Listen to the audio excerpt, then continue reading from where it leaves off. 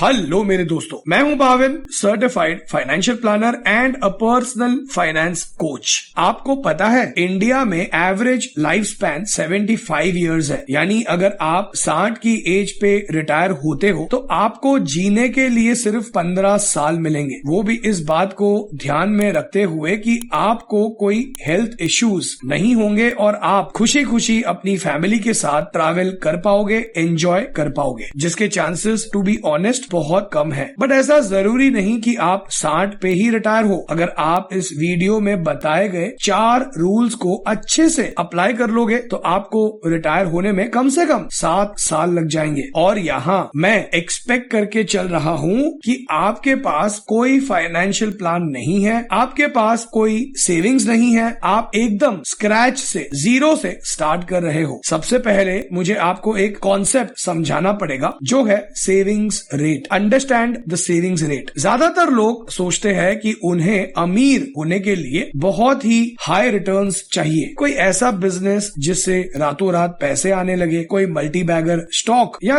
Crypto की ऐसी tip जो उन्हें 10 से 100 गुना रिटर्न्स दे दे। हम सभी का फोकस सिर्फ रिटर्न्स पे होता है और हम यही गलती कर बैठते हैं, क्योंकि जो अमीर लोग होते हैं उनके लिए इन्वेस्टमेंट रिटर्न्स से भी ज्यादा कुछ बहुत इंपॉर्टेंट है, जो है सेविंग रेट, यानी आप अपनी सैलरी का कितना प्रतिशत सेव कर रहे हो। फॉर एग्जाम्पल, अगर आप अपनी 50,000 की इनकम से हर महीने 2,500 सेव कर रहे हो तो आपका सेविंग्स रेट होगा 5%। पर क्या होगा अगर आप अपनी सेविंग्स रेट को बढ़ा दो तो? चलिए इस सिंपल एग्जाम्पल से आपको समझाता हूं मैं। मान लीजिए 2 लोग हैं, साहिल और शौर्य। दोनों की ही सैलरी 50,000 रुपया महीना है, जहां साहिल अपनी सैलरी का 1% सेव करता है, पर उसको इस सेविंग्स पे 10% के रिटर्न्स मिलते हैं। वहीं शौर्य अपनी इनकम का 10% सेव करता है, पर उसको सिर्फ 1% का ही रिटर्न मिलता है। आपको क्या लगता है 30 साल के बाद किसके पास ज्यादा पैसे होंगे? चलिए देखते हैं। 30 साल तक 10% के एनुअल रिटर्न के रेट पे हर महीने सिर्फ 500 इन्वेस्ट करने से साहिल के पास होंगे 11,40,000 रुपए। वहीं शौर्य ने हर महीने अपनी इनकम का 10% सेव करा, यानी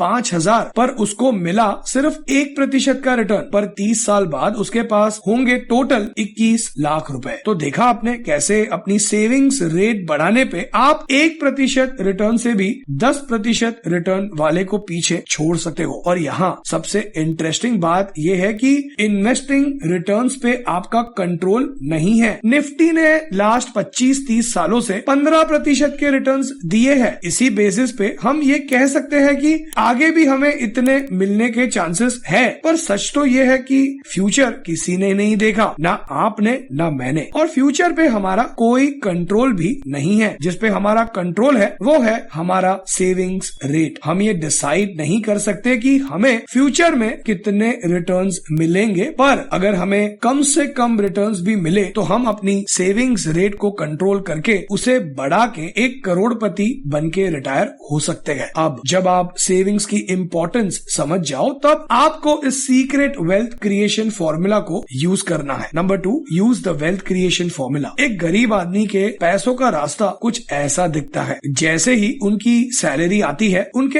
अकाउंट में पैसे क्रेडिट होते हैं। वो पैसा उनकी इनकम से होता हुआ सीधा एक्सपेंसेस में जाता है, जो उनकी इनकम से भी ज्यादा होते हैं। एक्सपेंसेस जैसे रेंट, बिजली का बिल, पानी का बिल, गाड़ी का इंश्योरेंस, पेट्रोल, टैक्सेस, घर के खर्चे वगैरह वगैरह। और इसके बाद जो पैसा बच जाता है वो चला जाता है लाइबिलिटीज में, जैसे नया फोन, गाड़ी की EMI, personal loan, credit card payments, weekends के खर्चे और भी बहुत कुछ। वहीं जो अमीर लोग होते हैं, सारे के सारे अमीर लोगों के पैसों का रास्ता कुछ ऐसा दिखता है। जैसे ही उनके पास इनकम आती है तो सबसे पहले वो अपने एक्सपेंसेस पूरे करते हैं, जो उनकी इनकम से हमेशा कम ही होते हैं। अपने खर्चों के बाद जो पैसा बचता है, अमीर लोग उन पैसों से लाइबिलिटीज की जगह जो उनकी जेब से पैसे निकालता है वो एसेट्स खरीदते हैं जो उनकी जेब में पैसे डालता है, जैसे कि स्टॉक्स, बॉन्ड्स, रियल एस्टेट या बिजनेस में इन्वेस्ट करते हैं। बहुत से अमीर लोग तो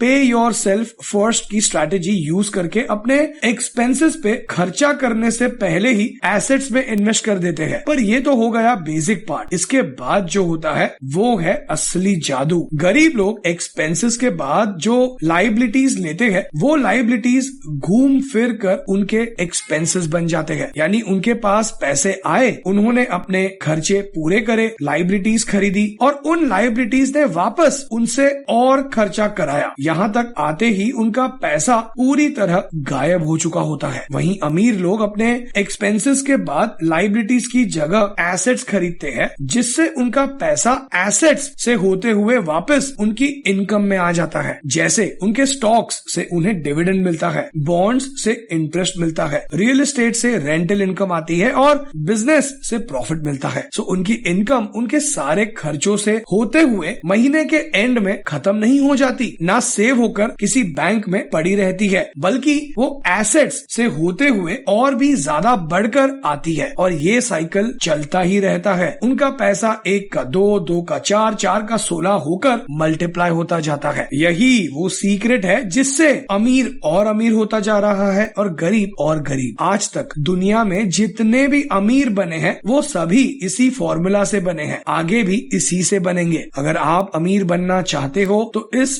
फॉर्मूला को अपनी लाइफ में डाल लो। इस वेल्थ क्रिएशन की साइकिल को चलाने के लिए आपको 3 चीजें लगेगी। पहली थी इनकम, दूसरी सेविंग्स और तीसरी एसेट्स। अब अगर आप जीरो से अपनी जर्नी स्टार्ट कर रहे हो तो सबसे पहले आपको जरूरत है इनकम की, वो भी हाई इनकम की, क्योंकि जितनी ज्यादा आपकी इनकम होगी उतनी ज्यादा सेविंग्स और उतने ही एसेट्स। अपनी इनकम को इंक्रीज करने के लिए आपको ये नेक्स्ट चीज करनी है, that is number 3, start a side hustle. Early 2000s में एक ट्रेंड चला था जहां ज्यादातर एम्प्लॉयर्स जॉब रिक्वायरमेंट्स में डिग्री रिक्वायरमेंट को ऐड कर रहे थे। यानी उस टाइम अगर आपको एक अच्छी वेल पेइंग जॉब चाहिए थी तो आपके पास एक डिग्री होना मैंडेटरी था। 2008 के रिसेशन के बाद से ये ट्रेंड और ज्यादा बढ़ गया, जिसे डिग्री इन्फ्लेशन भी कहा जाने लगा। पर इस बात को एक डिकेड से भी ज्यादा हो चुका है। हार्वर्ड बिजनेस रिव्यू की एक रिसर्च के हिसाब से आज स्किल इन्फ्लेशन बहुत ज्यादा राइज पे है और ये सच है। अगर आपके पास एक वैल्यूएबल स्किल है ना तो आपको जॉब लेने के लिए किसी डिग्री की जरूरत नहीं है। यकीन नहीं आ रहा है तो मिलिए आदित्य से, जिसने अपनी 11th 12th में बहुत मेहनत करके दिल्ली की एक रेप्यूटेड यूनिवर्सिटी में इंजीनियरिंग में एडमिशन लिया। पर कॉलेज के साथ साथ उसे 3D एनिमेशन में बड़ा इंटरेस्ट आने लगा। अपने कॉलेज के पहले 3 सालों में इस स्किल को इतना मास्टर कर लिया कि उसे इंडोनेशिया की एक कंपनी में 1 लाख रुपए महीने की सैलरी के साथ जॉब मिली, जिसे वो आज अपने घर बैठ के करता है। जहां उसके कॉलेज के साथ के लोग अभी भी जॉब के लिए धक्के खा रहे हैं, उसने बिना अपनी कॉलेज की डिग्री कंप्लीट करे सिर्फ और सिर्फ अपनी स्किल के दम पर एक हाई पेइंग जॉब ग्रैब कर ली। बेंजामिन फ्रैंकलिन ने सही कहा था, an investment in knowledge page the best interest. पैसे कमाने के लिए आपको ऐसे हाई इनकम स्किल्स को मास्टर करना होगा जिसकी मार्केट में अच्छी खासी डिमांड है, जैसे video editing, email marketing, copywriting, affiliate marketing या मेरी पर्सनल यूट्यूबिंग। पर याद रहे, इन सभी स्किल्स को सिर्फ सीखना नहीं है, वो तो कोई भी सीख लेगा, आपको इन्हें मास्टर करना है। आप कोई भी स्किल ले लो, फॉर एग्जाम्पल मार्केट में वीडियो एडिटर्स आपको बहुत मिल जाएंगे, पर अच्छे वीडियो एडिटर्स आसानी से नहीं मिलेंगे। आपको कॉपी राइटर्स तो बहुत मिल जाएंगे, पर अच्छे कॉपी राइटर्स नहीं मिलेंगे, क्योंकि याद रखना मार्केट उसी को पे करेगी जिसकी परसीव्ड वैल्यू ज्यादा होगी। इसीलिए किसी भी स्किल में एक्सीलेंस हासिल करने के लिए आपको 10,000 आवर्स रूल को फॉलो करना होगा, जिसके अकॉर्डिंग किसी भी स्किल में मास्टरी हासिल करने के लिए आपको 10,000 घंटे प्रैक्टिस करनी होगी। आप 9 से 5 क्या करते हो उससे आपका घर चलता है, पर आप 5 से 9 क्या करते हो उससे आपकी किस्मत बनती है। याद रखो, इनकम जनरेट होती है वैल्यू डिलीवरी से। वैल्यू डिलीवरी होती है किसी प्रॉब्लम को सॉल्व करने करने से। और प्रॉब्लम सॉल्व करने के लिए आपको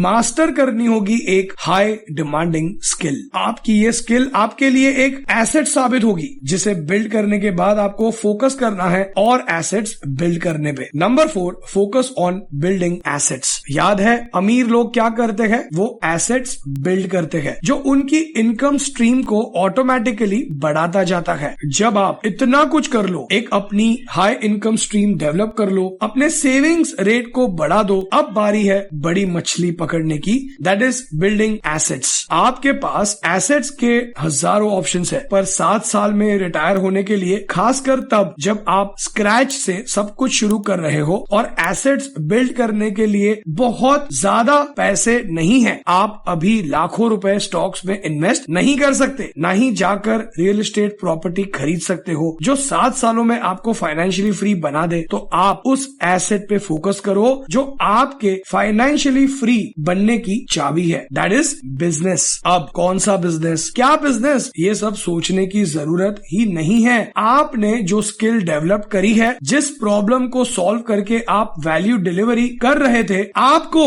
उसी वैल्यू को घर घर में पहुंचाना है। अगर आपको डिजिटल मार्केटिंग की स्किल्स आती है तो उस स्किल्स का ही यूज करके अपनी डिजिटल मार्केटिंग एजेंसी क्रिएट कर सकते हो। अगर आपको वीडियो एडिटिंग की स्किल आती है तो आप अपनी टीम बिल्ड करके और बड़े प्रोजेक्ट्स पे काम करवा सकते हो। या फिर आपने जो भी स्किल मास्टर करी है, आपने अब तक जो कुछ भी सीखा है, उसको कोर्स बना के सेल कर सकते हो सकता है आपका कोई दोस्त जो कोई छोटा मोटा बिजनेस रन करता हो और आपको बिजनेस डेवलपमेंट की स्किल आती है, तो उसमें अपना पैसा, एक्सपीरियंस और स्किल इन्वेस्ट करके उसके प्रॉफिट्स के कुछ शेयर्स ले सकते हो। एसेट्स सिर्फ पैसों से बिल्ड नहीं करे जाते, बल्कि दिमाग से करे जाते हैं। एक सक्सेसफुल बिजनेस बिल्ड करने के लिए आपको इन 3 E's की जरूरत है, जो है education, experience and access cash. Education, यहाँ मैं फॉर्मल एजुकेशन की बात नहीं कर रहा, बल्कि वो एजुकेशन जो आप खुद गेन करते हो। आप जिस बिजनेस में एंटर कर रहे हो, आपको उसकी बेसिक अंडरस्टैंडिंग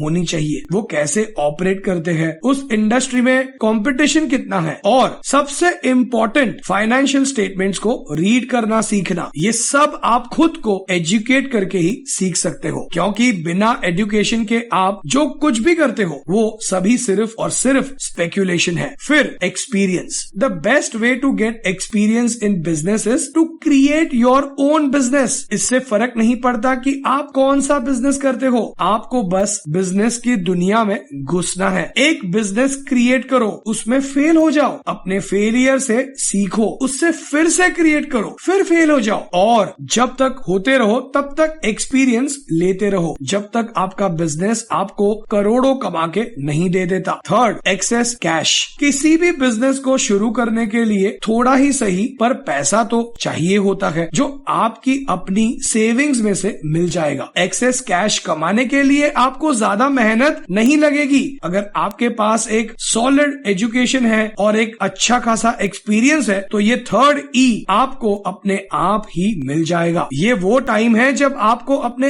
एसेट्स, जो कि है आपका बिजनेस, उस पे फुल कंट्रोल आ जाएगा, और इससे आपका एडिशनल कैश फ्लो भी जनरेट हो जाएगा, जो आपको और एसेट्स अक्वायर करने में हेल्प करेगा। ये सब करने से आपको बिजनेस की अच्छी खासी अंडरस्टैंडिंग हो जाएगी, जो आपको और एसेट्स बिल्ड करने में मदद करेगी। और अब आप stocks, mutual funds, crypto, gold, commodities, इन सब के बारे में जानकर इनमें इन्वेस्ट करना शुरू, और बस इतना करने से आप अपने वेल्थ क्रिएशन की साइकिल को शुरू कर दोगे, और कुछ ही टाइम में आपके पैसों की अनलिमिटेड सप्लाई शुरू हो जाएगी और आप फाइनेंशियली फ्री हो जाएंगे। सो अगर आप उन लोगों में से है जो अपनी इनकम में से लायबिलिटीज ना खरीद कर फाइनेंशियल प्लानिंग करके एसेट्स खरीदने में मानते हैं, और अपना पर्सनल फाइनेंशियल प्लान बनवा कर ये समझना चाहते हैं कि कैसे आप अपने पर्सनल फाइनेंशियल गोल्स, जैसे कि अर्ली रिटायरमेंट, वेकेशंस, घर खरीदना, इन्हें अचीव करना चाहते हैं, तो व्हाट्सएप कीजिए आपकी स्क्रीन पर आए हुए नंबर पर, या फिर डिस्क्रिप्शन बॉक्स चेक कीजिए। आप हमारी वेबसाइट theartofwealthbuilding.com पर भी विजिट कर सकते हैं। अगर इस वीडियो से मैं आपकी लाइफ में थोड़ी सी भी वैल्यू ऐड कर पाया तो लाइक कीजिए, वरना डिसलाइक भी कर सकते हैं। जल्द ही मिलेंगे एक और नॉलेजेबल वीडियो के साथ। तब तक के लिए इस वीडियो वीडियो को शेयर करके नॉलेज को बढ़ाते रहिए।